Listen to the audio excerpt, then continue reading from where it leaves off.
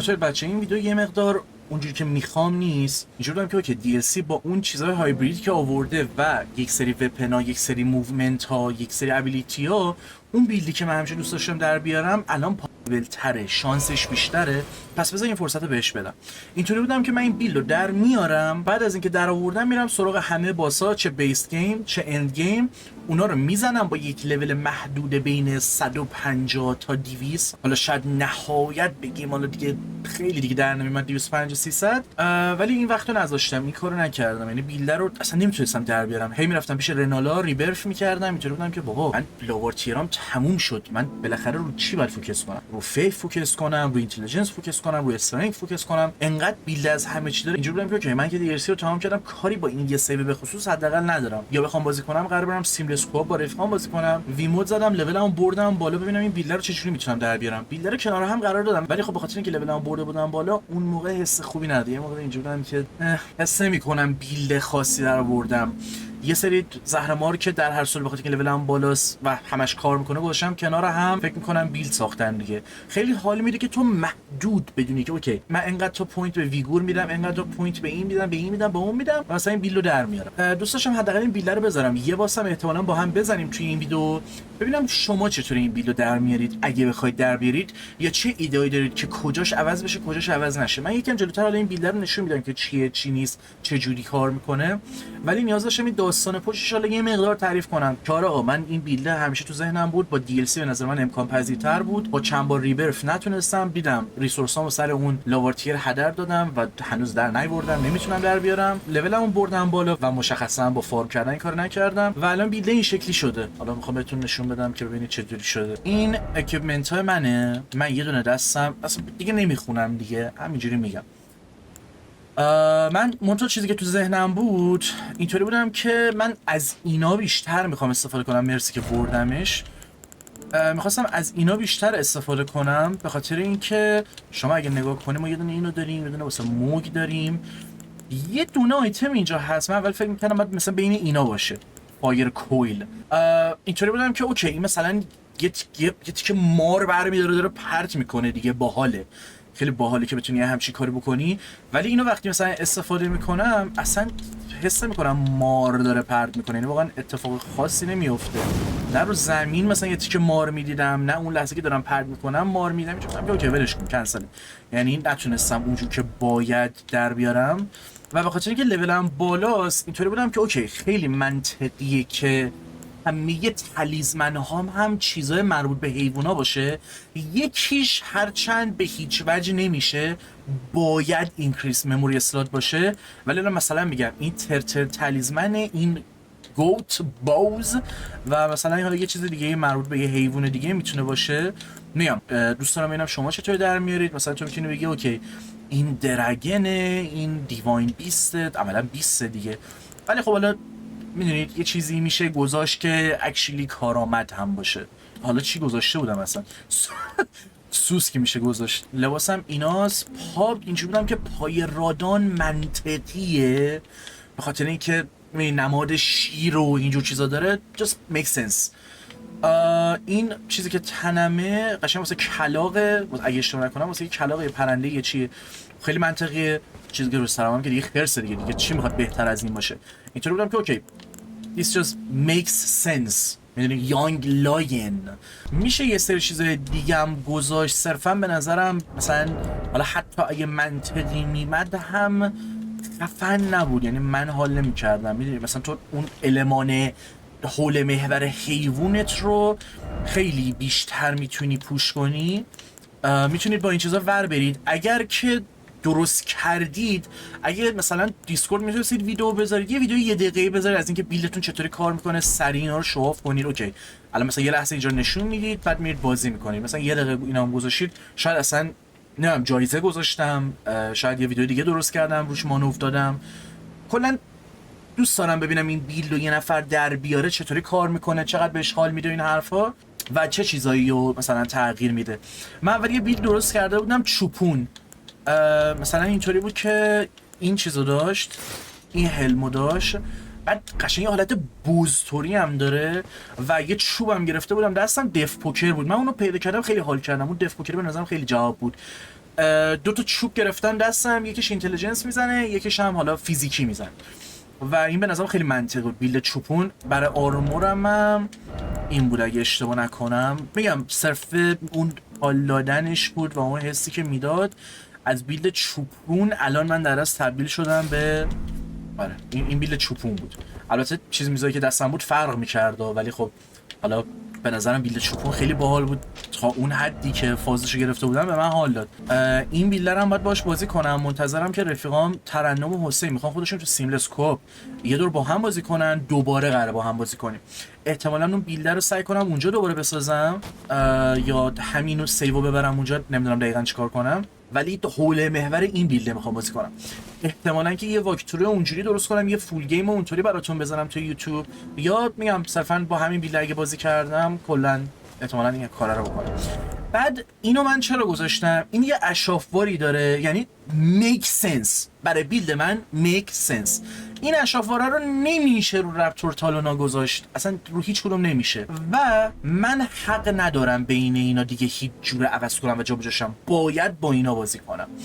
ببینید دست راستم اژدهای من تا حالا با این بازی نکرده بودم. تو بیس گیم اینجا نورش یه جوریه، بذارید بریم یه محیط دیگه.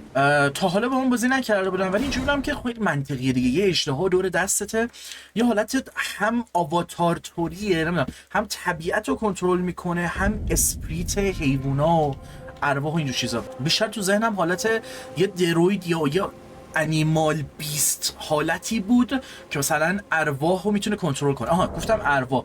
واسه اسپریت من یعنی بالا برم پایین بیام اسپریت میارم. چیزی که از همش منطقی تره قطعا استورم هاک با تیری ولفه، با لون ولفه. اینجا بودم که تیری ولف مگه نبود، لون ولف اشزه. اگه بخوام خیلی عوضش کنم، خیلی یه جا کم بیارم، واقعا کمک نیاز داشته باشم، اسپایدر اسکورپین کمک میکنه، راتن استری کمک میکنه اگه بخواید بیارید. من فلای نه واقعا من نیستم ولی گریو برد قطعا، چرا که نه. اینا رو دارم میبینم باز رد میشم و به نظرم منطقی نیست، به نظرم همچین نمیشینه به این بیلده. دارم این میمونم دمی هیومن سوردمنده تا یه حدی ولی خیلی هیومن لایک توریه واقعا نه. ولی دیگه استورم هاک و لون ولف و اینا، جلیفیش هم که بچه‌ها میگفت، جلیفیش هم میگفت آقا تانک تو اینو بیار، خوب مثلا نگه میداره خودشو، ولی نمیدونم یه حست اشتباهی میده وقتی که لون ولف هست، حتی استری داک هست، وقتی اسپایدر اسکورپین هست، استورم هاک هست، جلیفیش یه حس اشتباهی میده. میگم باز شما میتونید اینو عوض کنید. واسه اکیوپمنت گفتم DLC خیلی کمک میکنه، یک سری پاسیبیلیتی ها رو باز میکنه. ما یه استفی داریم که این همین کنتیشن میزنه، هم اسپل میزنه، همه رو میزنه. خب این همه رو میزنه و این خوبش چیه؟ من اینو برمیدارم میگم خوک من میخوام سنگ بزنم، میزنم. من میخوام سورسری آب بزنم، آبم میزنه و این خیلی خوبه. قبل از اینکه اینا رو نشون بدم یه چیزی سر اشرافوار میخواستم بگم. الان یه ذره اصلا به خصوص باید سامن داشته باشه چون خیلی چیز میذاره. یه ذره خودم نتونستم بالانسشو در بیارم ولی به نظرم کلا باحاله، چون این در هر صورت به واسطه اینکه شما دارید با یه باس درگیر میشید یا نه، اشرافواری که من گذاشتم و اینجا باید عوض میکردید. چطوری؟ وقتی من اینو میذارم میشه چی؟ بابا میکنه، رول میده. یعنی دیگه چی بهتر از این؟ واقعا من چی بهتر از این میتونستم بخوام؟ وقتی اینو میذارید دو دستیش میکنید اشرافوارشو میزنید، بال در میاره و یه لحظه میره سمت باز. این دیگه این خیلی به نظرم خفنه که میدونید از خودش بال در میاره. حال میکنم باشه. واسه وپنا خب این چیز، این اسکیلش به ویکنس اجرای زنده میشه، این خودش خیلی باحاله. من اینو میگم تو بیس گیم ندیده بودم و اون المان آتیشه رو من چند بار عملا استفاده کردم ولی خب میشه عوضش کرد. واسه اینم که اینو میشید دو دستی کنید، هر جا کم آوردید حق ندارید مثلا میگم اون حالا قانونی که من برای خودم گذاشتم بین اینا عوض کنم، یا با این پلی میدم خب و کارمو در میارم، یا با این دست خرسه میرم که یه حالت موفست حیوان طوری هم میگیره. قشنگ خیلی خوبه، خیلی خوبه و اینم اسکش واقعا جواب. این واسه وپنا اینا دیگه اسکلین رو گفتم. آره واسه اسپل و اینکانتیشن ها واسه اسپل اینکانتیشن ها دوباره من آتیشو گذاشتم، ولی این چیزی که واسم باحاله از جلو وقتی شما نگاه کنید، حالا از پشت اونقدر معلوم نباشه ها، ولی شما نگاه کنید قشنگ خودش یه فرمی رو میگیره، عوض میشه و این آتیشه رو میزنه که دمیجش هم بد نیست، اوکیه. و این نگاه خیلی افی میکشه. آها این آیتمه چیکار میکنه؟ آیتم دمیج اوور تایم میزنه، ولی باحالیش اینه که این اسکلت رو میگیره دستش، افکتش خیلی خوشگله، قشنگ اسپید لایکتوریه، من دوست دارم، من باش حال میکنم. این خب دوباره از خودش دم در میاره، دوباره میزنه، این جوجه تیغی میشه. بعضی از اینا خیلی یوزلسه، خیلی یوزلسه، یعنی اصلا 100 تا دمیج به باس نمیتونستم من بزنم. اینو هی داشتم اسپم میدادم، بیشترین دمیجی که دادم مثلا خیلیش خورد فکر کنم 400 تا دمیج دادم، ولی خب باز میگم واسه اون بیلده بعضی ما مهم اینه تو میخوای بیلد بیشترین دمیج رو بده، میخوای بیلد کار کنه، میخوای بیلد فان باشه، چجوری باشه. من اسم کنم این فانه، مثلا این خیلی باحاله که تو از خود گل در میاد و یه سری حرکت‌ها میتونی بزنی، قشنگ اجتهار میشه، گاز میگیره، این خیلی دمیج خوبی میده، این خیلی دمیج خوبی میده. اینم دقیقاً چون حیونا که حالت سوسک ماننده میزدن، اینجوری هم که make sense، یعنی پشتم انگار یه سری سوراخ دارم که مثلا از اونها در میاد. حالا میتونید یه آرموری بذارید که با این اینکانتیشن اسپل هرچی منطقی تر باشه. این حالت 20 برای چیز برای ملیکه خود دیگه اینو نذاری، میخوای چی بذاری؟ این نمیدونم کار خاصی نمیکنه، ولی در کنار اینکه تو داری مثلا اون اشاره میزنی گاز میگیری، این خرسم باشه به نظر کاملتر میکنه. این نمیدونم چرا، هیچ دلیلی ندارم. الان کاش اینجا نبود، موقعی که بازی ران کردم این بیلدم آماده بود، اصلا عوض نکردم، داشتم تست میکردم. یکی از بچه‌ها فکر کنم مهیار بود، مهیار گفتش که آقا چون بیلد این شکلیه و حالت آواتار توری هم داره، یه حالت یه چیز ووید، یه چیز مربوط به ووید توری بذاری خیلی باحال میشه.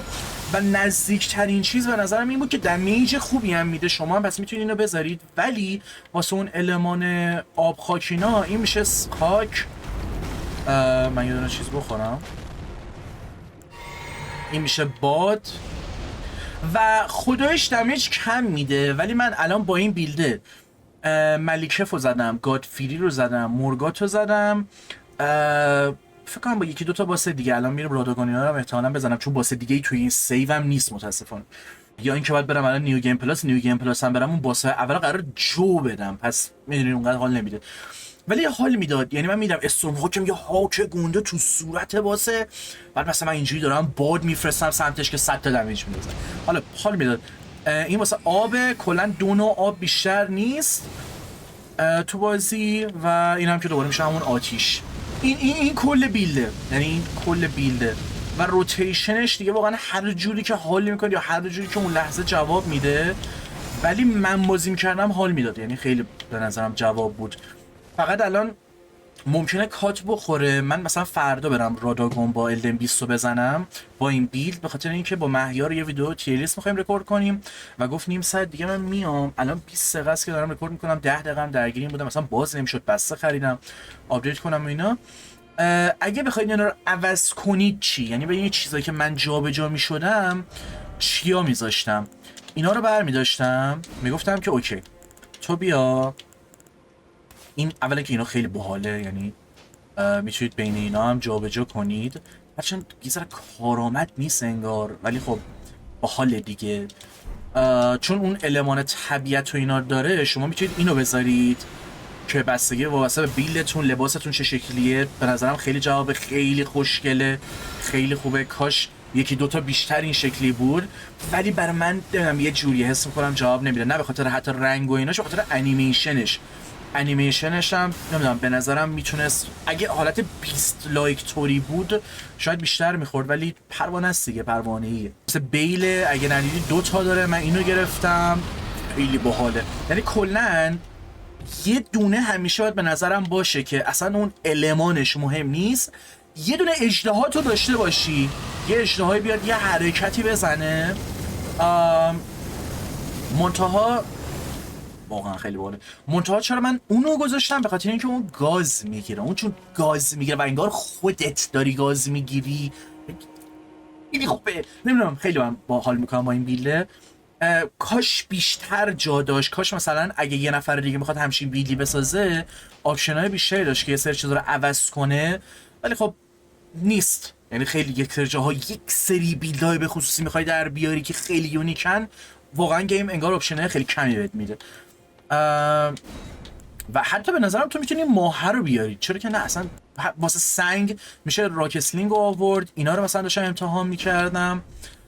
واسه اون آورایی که قراره دور برت باشه مثلا امتحان میکردم که راستی اینو من اون موقع نمیتونستم چیز کنم امتحان کنم. امتحان میکردیم، به بچه‌ام داشتم نشون میدادم که مثلا تو اینو بزنی، نه به خاطر اینکه کار خاصی میکنه، به خاطر اینکه ویژوال خاصی مثلا به کرکتر میده، یا مثلا چه بدونم یه سری افکت‌ها رو بزنی که دور برت مثلا میدونی این الان ببینید قرمز شده، یه نور قرمزی دورم بیاد، یه نور سبزی اسپریچوالیتی توری دورم بیاد که حالا اونو نتونستیم در بیاریم بخاطر اینکه جا نیست. یعنی واقعا خیلی زیاده، جا نمیشه. تو یه سری اینا رو باید برداری و هیچ جوره نمیشه در آورد. مگه که بگم یه سری آپشناتو بخوای محدود کنی و برداری، خب من چون نمیخواستم خب جا نمیشه. حتی مثلا داشتم امتحان میکردم و که حالا که من المانای مختلف دارم، مثلا آب خاکینا هست، خب برقم میذارم دیگه، چه کاریه. یا مثلا واسه همون قضیه آورا کم دارم اشتباه میگم پرونانسشم. اولا که این ماه اگه اینو ندیدین خیلی باحاله، به نظرم باحاله، مخصوصا که خودش آخرش میکوبه زمین و چرا که نه. این چیه؟ اینو من اون موقع نتونستم امتحان کنم، اینو نداشتم. کجا میاره؟ سه تا اسکلت دیگه میاره که یه لحظه نمیو میزنی. اینم باحاله به نظرم، یه سامن دیگه است دیگه، یه لحظه میاره یه نمیو میزنن. اینم اون برقه. من اول فکر کردم اینو زدم آتیش گرفتم، میخواستم اینو نگه دارم، ولی خب اینجورم که ایول من این برقه رو میزنم خودم هم آتیش میگیرم، خیلی باحال میشه دیگه. ولی در اصل این بود زدم مثلا حواسم بود. شما اینو که میزنی بدن نگاه چی میشه؟ آتیش میگیره. یه سو کول و آره تو اینجوری آتیش گرفتی، آتیش گرفته با انیمیشن‌های خرس میری تو صورت یارو، یه بار دیگه میزنی، ولی خب جا میگیره دیگه. واقعا بستگی به خودتون داره چجوری حال کنید، اصلا افکتاش به کارتون بیاد نیاد، بخواید با سامن پلی بدید یا ندید. ولی به نظرم خیلی بیل باحالیه. حتی یه چیز دیگه هم که میشه جابجا کرد و مثلا من اینجوری هم که اوکی به نسبت اینکه باسه استاتس افکت ویکنس داشته باشه یا نه، استاتس افکت میشه دیگه اگه اشتباه نکنم، نمیدونم حالا اگه اشتباه دارم میگم اونقدر مهم نیست. شما میتونید مثلا این چیز مالنیا رو بیارید دیگه، یک سری جاها یعنی در حد 3-4 تاشو هر جوری بخواید میتونید عوض کنید، ولی یک سریش به نظر من واجبه. یعنی دیگه وقتی هست و تو بیلد هم چیزی میخوای بسازی، خب چرا این کارو نکنی؟ چرا دوبار رد شده منظورش؟ این که اصلا به خاطر این به نظرم باحاله و منطقی که انگار داره چنگ میندازه و خیلی اسپمی میشه بازی کرد، آتیش میزنه، بلاد میزنه، حالا هر چی داره میزنه، اون چنگی که داره میندازه و 20 لایک توریه به نظرم خیلی میاد، یعنی خیلی میاد. ولی این دیگه تهشه، این یه سری باسا شما نجات میده، بعد دوباره اون حالت طبیعت توره رو داره، تو بلوم میکنی، مثل یک گلی میمونی که رات میزنه و قشنگ از خودت داره در میاد، خودت تو بلوم. چی بهتر از این؟ آره این کلیت این بیلد است. بین یک سری چیزا قطعا همونطوری که دارم نشون میدم میشه جابجا شد، ولی مثلا من دوست دارم اینطوری نگه دارم. حتی اینم به نظرم مثلا باحال بود، به خاطر اینکه اینطوری بود یک سری نه مثلا اون شمشیری که میاد بالا سره اونا دیگه خیلی زایت ماجیکه، ولی مثلا این انگار وقتی کنار این بیلد میذاری این کانتکست انگار حالت یه چیز اسپریچوال توری میاره و اون میدونی آرچر، 3 تا ولف، استرام هاک، it just makes sense you know. نمیدونم یه ذوق خاصی دارم این بیلد رو دارم به شما نشون میدم، یه ذوق خاصی دارم که این بیلد رو ساختم، این دی ال سی فرصت واسه من فراهم کرد که بتونم این حرکت رو بزنم.